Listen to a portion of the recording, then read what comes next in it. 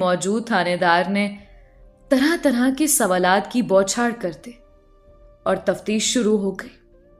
वो ऐसी गलीज बातें कर रहे थे कि मैं क्या बताऊं। जाहिर है हम बहन भाई ना थे, पड़ोसी थे। मजीद झूठ बोलकर खुद को ज्यादा मुसीबत में फंसाना था। सब कुछ सच सच मनोअन बयान कर दिया।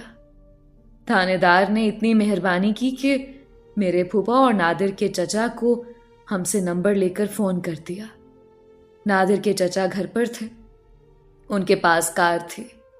वो पहले पहुंच गए, जबकि फूफा 2 घंटे बाद आए। इस दौरान चचा ने काफी थानेदार की मिन्नत समाजत की, क्योंकि वो जानते थे मैं अच्छी लड़की हूं और वाकई सालाना परिचय के लिए घर से निकली थी। नादिर के पास अपने कॉलेज की किताबें थीं और वो भी कॉलेज आने को ही घर से निकला था।